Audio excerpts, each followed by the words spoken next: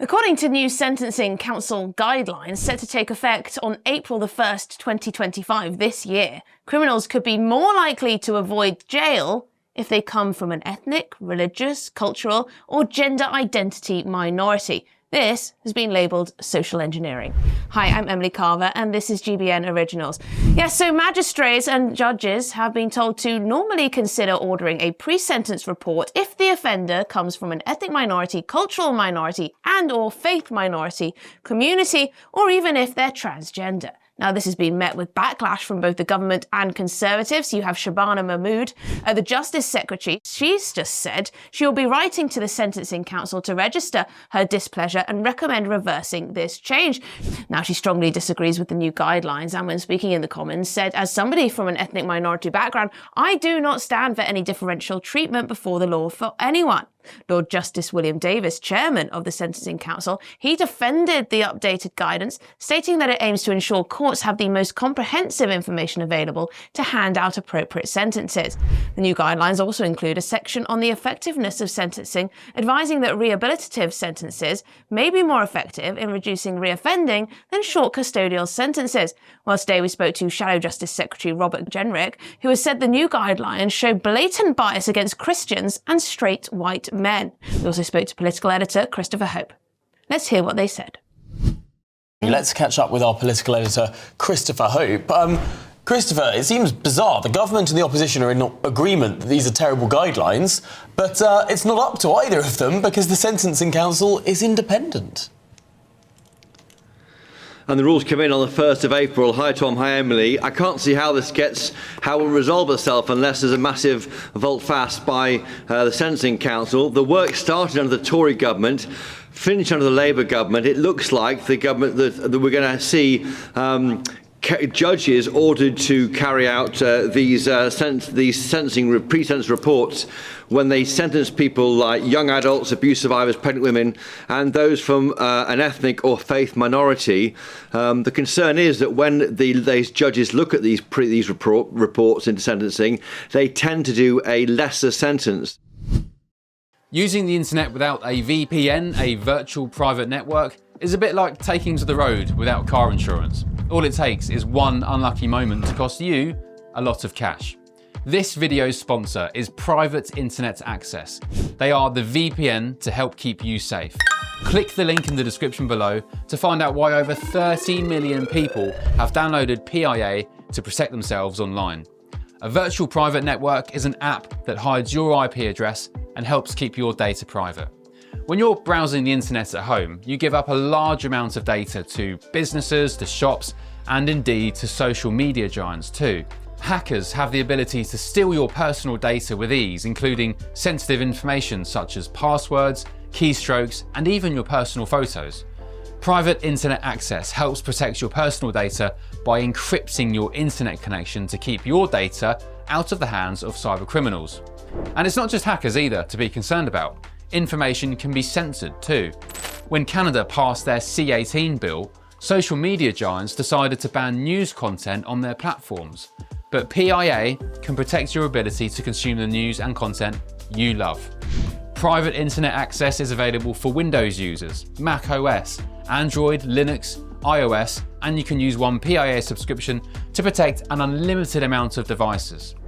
And we've got a huge GB News discount for you too. Click the link in this video's description and you'll get a massive 83% off PIA. That's under £2 a month, the price of a coffee, and you'll get an extra 4 months completely free on top. Also, there's a 30-day money-back guarantee too.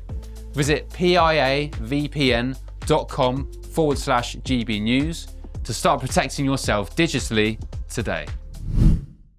So the concern from the Tory party, and it seems Shabana Mahmood now, the Labour Justice Secretary, is simply that it will mean that white men will be more likely to be jailed or have a harsher sentence. Now, there's news breaking moments ago. Robert Jenrick, who has led the way on this, the Shadow Justice Secretary, he has told GB News this: he is going to take a judicial review against the Sentencing Council unless the government passes legislation to stop this happening. So you've got the Tory Shadow Justice Secretary going to court, taking legal action against this sentencing council to make it change its way. He says this to us: "I'll be challenging the sentencing guidance in the courts on the grounds it enshrines anti-white and anti-Christian bias into our criminal justice system. And if Labour won't amend the law," he says, "to prevent this, the Conservatives will. There are few more important principles than equality under the law. We will fight tooth and nail to defend it." So breaking this moment, the Tories are going to sue the Sentencing Council to get this guidance reversed. Very interesting development there from Robert Jenrick, as you say, Christopher. He's very much making this his latest policy campaign, isn't he? In terms of the Conservative politics around this, Kemi Badenoch has tweeted as well that she'd like to see Labour change the law on this, and that this is the absolutely wrong thing to come from the Sentencing Council. But it's Robert Jenrick who's really fighting for this. He does tend to make a lot more noise, doesn't he, than the leader. Very much still appears to be in campaigning mode, although, of course, this is his brief. To be fair to him, this is his brief. It's an area he should be fighting hard about. When you're in opposition, Emily and Tom, all you can do is develop ideas for government after the election, or just try and grab the attention and be a pain for the government. Though this is certainly being a pain. If you have a legal action being launched against the Sentencing Council, it's almost challenging the Labour government to put its money where its mouth is. We heard from Shabana Mahmood. She says, as someone from an ethnic minority background, she won't stand for any differential treatment before the law for anyone of any kind. So the approach is agreed. Jenrick, Badenoch, Mahmood, they agree on equality in front of the law, but only Jenrick is suing the Sentencing Council. Well, it'll be absolutely fascinating to see which gets there first. I mean, will the government actually change the law? They could put an amendment on the crime bill going through Parliament right now. That would be I would be shocked actually if they didn't. But I mean, stranger things have happened. We'll have to keep a close eye on this one, Christopher Hope. But for now, they've got to move. Yeah, go on. Well, I was going to say, sorry, they've got to move quickly. This comes into law in less than a month's time on the 1st of April. So this comes into law, and then you have white men being more likely to be imprisoned than other groups. That's a big problem immediately on the 1st of April. There's no time to waste. Well, there you go, Christopher Hope. Thank you very much indeed. A sense of urgency around this one. Thank you, Christopher. Well, what do you make of these new sentencing guidelines? Should your ethnicity, should your race, should your religion, should your gender identity be taken into account when it comes to choosing whether you go to jail or not, or whether you should get a longer or a shorter sentences?